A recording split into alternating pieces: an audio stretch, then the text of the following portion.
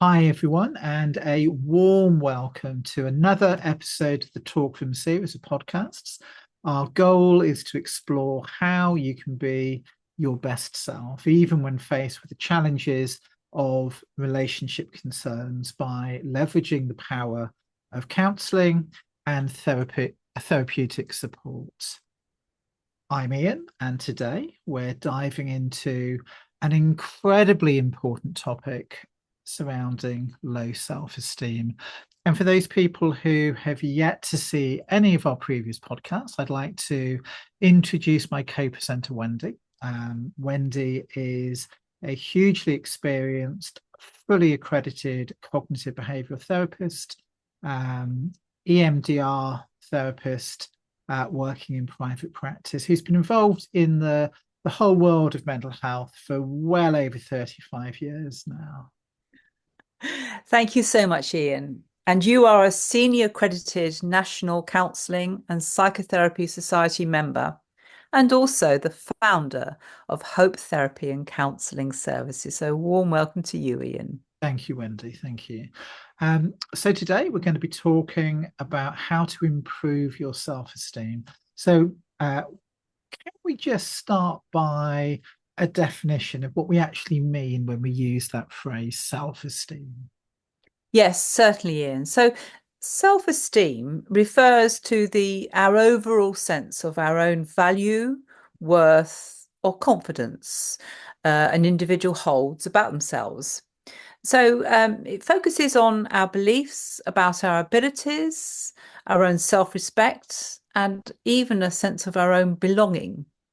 So if you have high self-esteem, you're much more likely to cope with challenges around change, just feeling more free, more able to contribute to conversations or situations, and also more likely to maintain a level of resilience in situations which we find difficult or challenging.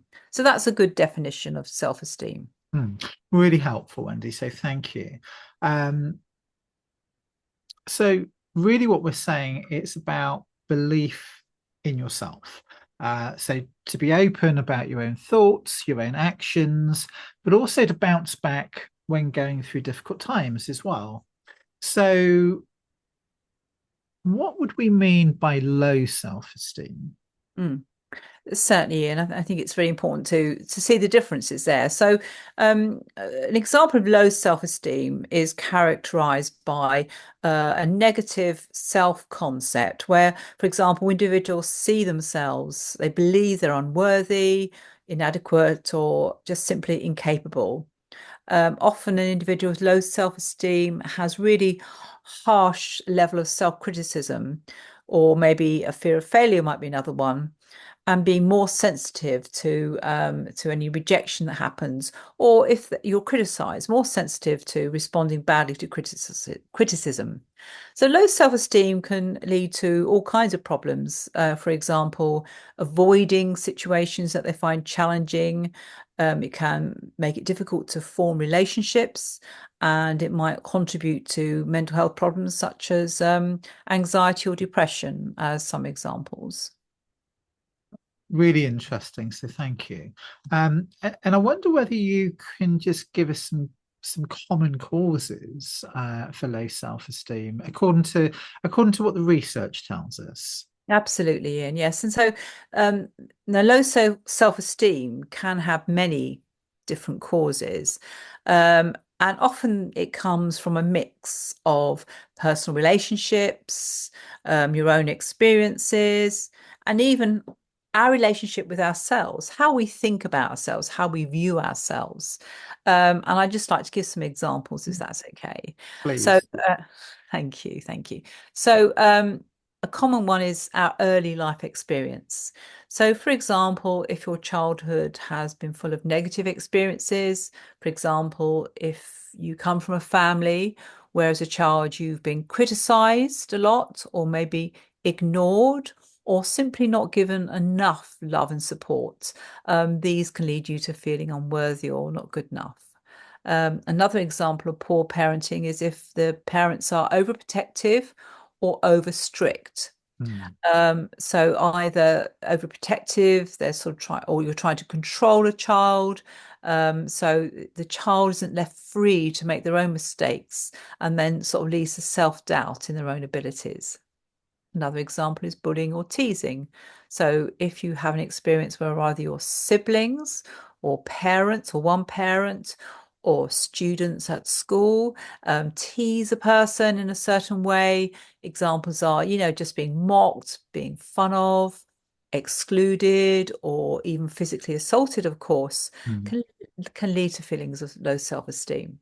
And then another category is unrealistic expectations. So a common problem that I hear a lot about nowadays is people comparing. If you compare yourself to others, so if you spend a lot of time measuring yourself against other people, whether it's online, who seem more to you successful, attractive, or capable, can naturally lead you to feelings inferior about yourself.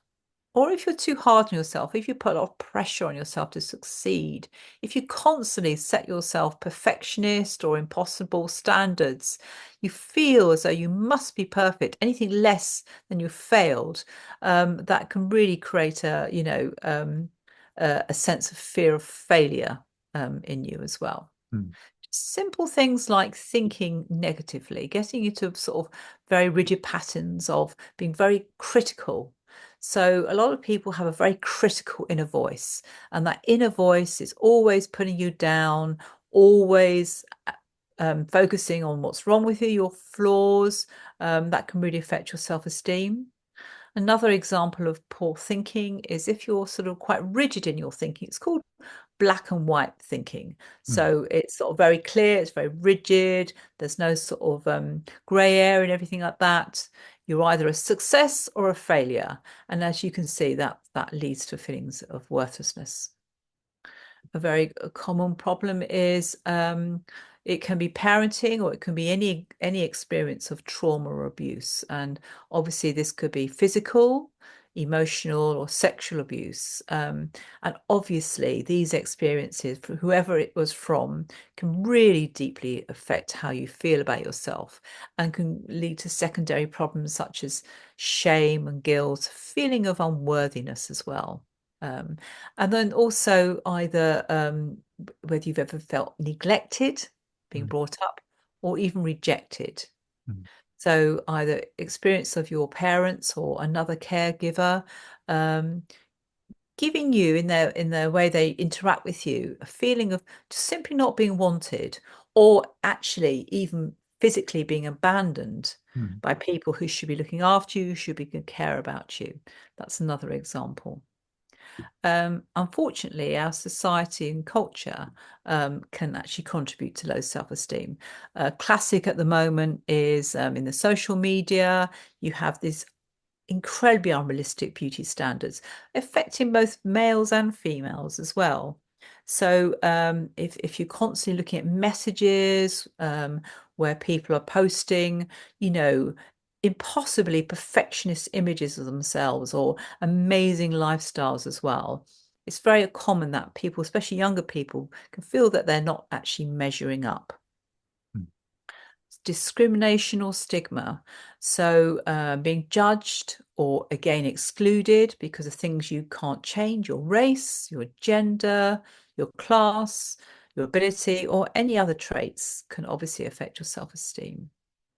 And then the other area is life challenges. So if you've had a series of failures or setbacks, if you feel you haven't achieved your work objectives, if you dropped out of school, if you've got failed relationships or simply personal goals, that can actually make you feel as though you haven't succeeded to what you aspire to do.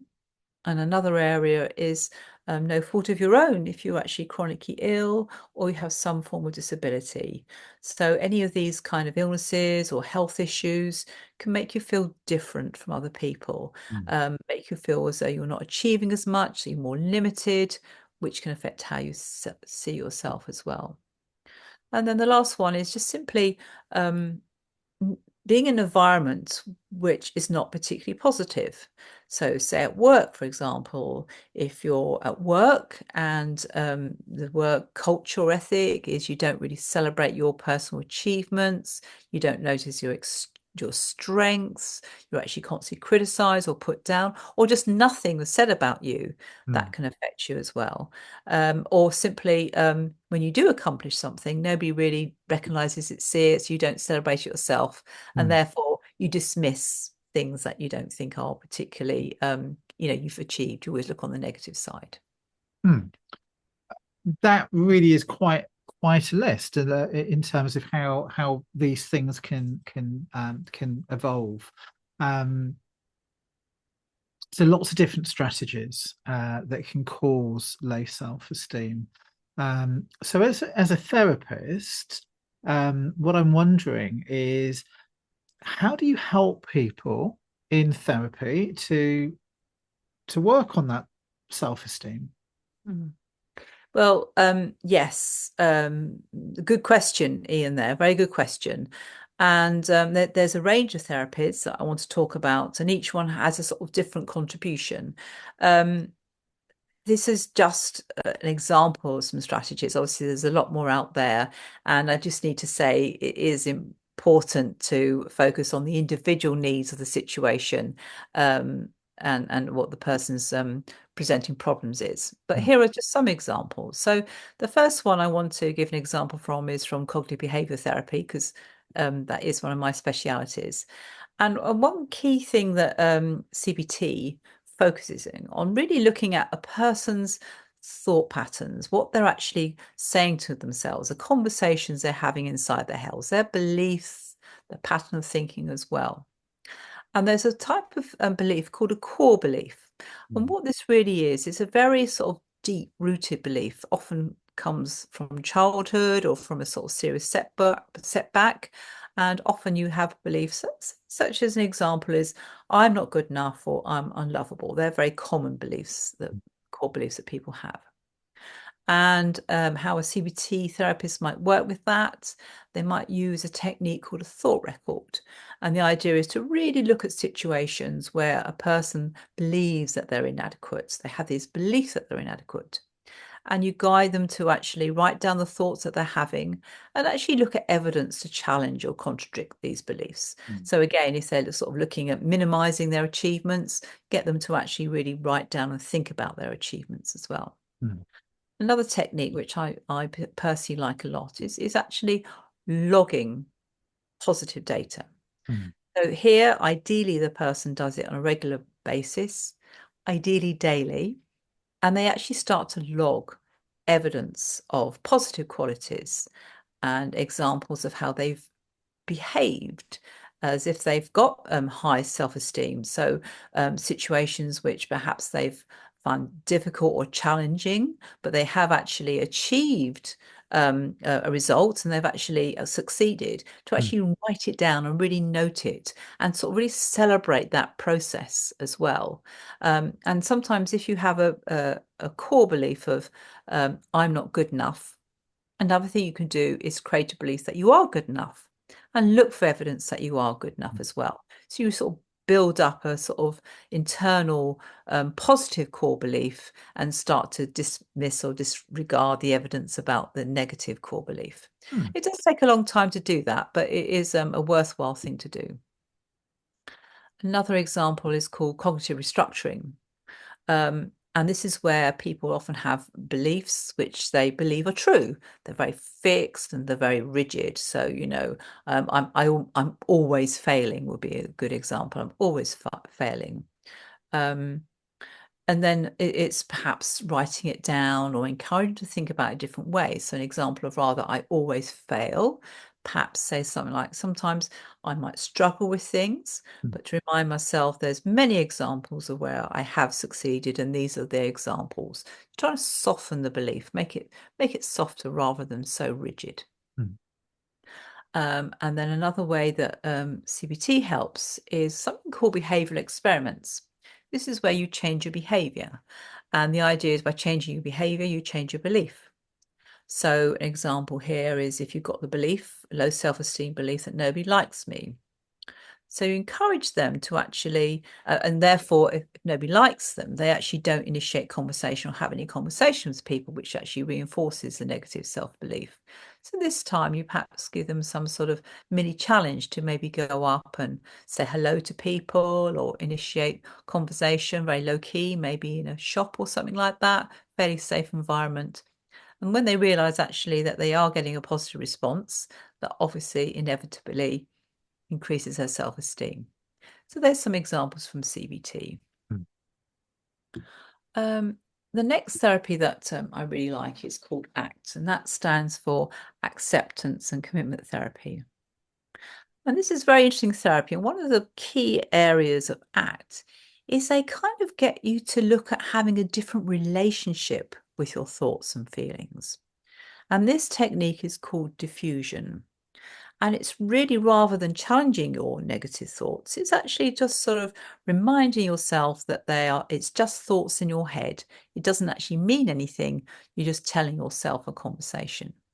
So, for example, if a person is saying, I'm worthless, and they believe it, they have emotion there attached to their belief that they're worthless, ACT would actually encourage the person to say that I'm just noticing that I'm having a thought that I'm worthless. Mm. See, just saying that, but it's a little bit more distance and takes away some of the emotional power of the thought. So that's a very interesting one.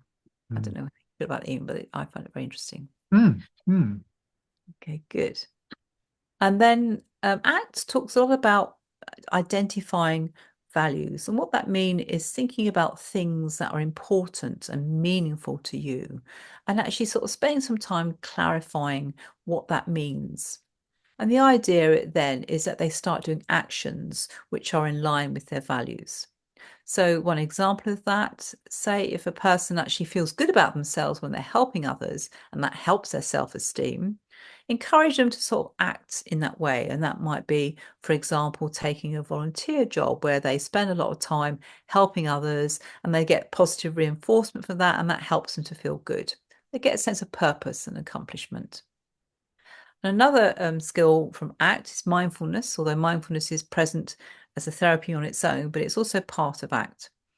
And this is where you're really encouraging a person to really focus on the present moment. So, what actually happens, a lot of people ruminate about their past and they go on about their past failures, or they feel hopeless about their future. They feel as though they can't change their future and that things will never get better.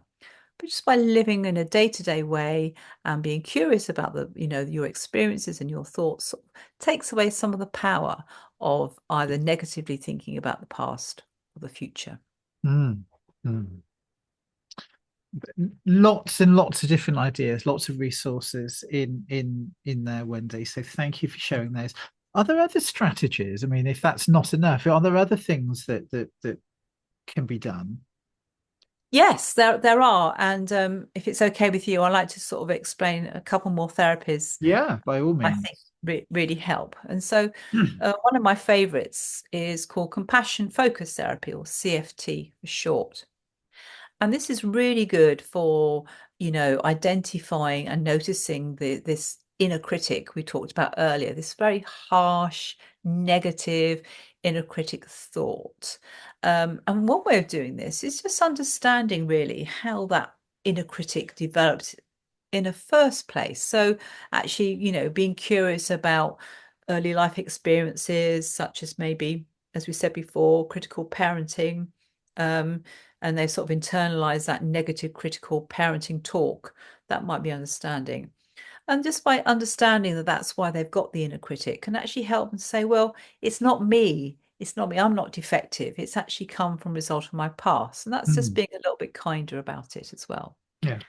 And there's lots of skills about being more kind to yourself. Um, so you can actually help yourself to create an alternative voice, a warm, supportive inner voice as well.